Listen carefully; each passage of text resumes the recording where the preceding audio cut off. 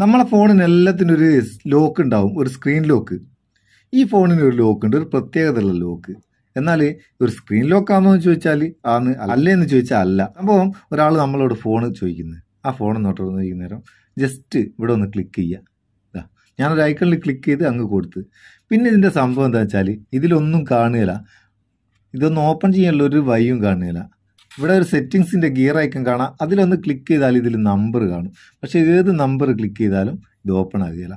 പിന്നെ എന്ത് ചെയ്യൂ, എങ്ങനെ ഇത് ഓപ്പൺ ചെയ്യൂ? ഇതിൻ്റെ വോളിയത്തിൻ്റെ അപ്പ് ബട്ടണ്, അതായത് വോളിയം കൂട്ടുന്ന ബട്ടണ് ഒരു പ്രാവശ്യം ഞെക്കിയിട്ട് ഏതെങ്കിലും 4 അക്കം ഞെക്കി കഴിഞ്ഞാൽ അത് ഓപ്പൺ ആകും. എന്തെങ്കിലും 4 എണ്ണം അങ്ങ് ഞെക്കി വെച്ചാൽ മതി. ഇന്നതൊന്നൊന്നുമില്ല. സംഭവം അങ്ങനെ അടിപൊളിയല്ലേ?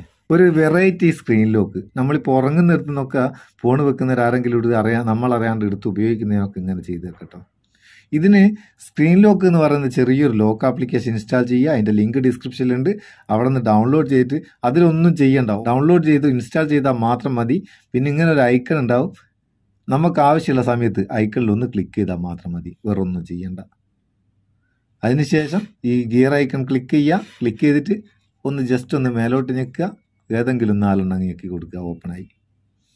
എങ്ങനെയുണ്ട്? ഒരു വെറൈറ്റി അല്ലേ? ഇങ്ങനെ വെറൈറ്റി ആയിട്ടുള്ള സ്ക്രീൻ ലോക്കൊക്കെ വെക്കണമെന്ന് ആഗ്രഹമുള്ളവർക്ക് ഇൻസ്റ്റാൾ ചെയ്ത് ഉപയോഗിക്കുന്ന ആൾക്കാർ അഭിപ്രായം അറിയിക്കുക. വീഡിയോ ഇഷ്ടപ്പെട്ടവർ ലൈക്കും കൊടുത്തേക്ക്.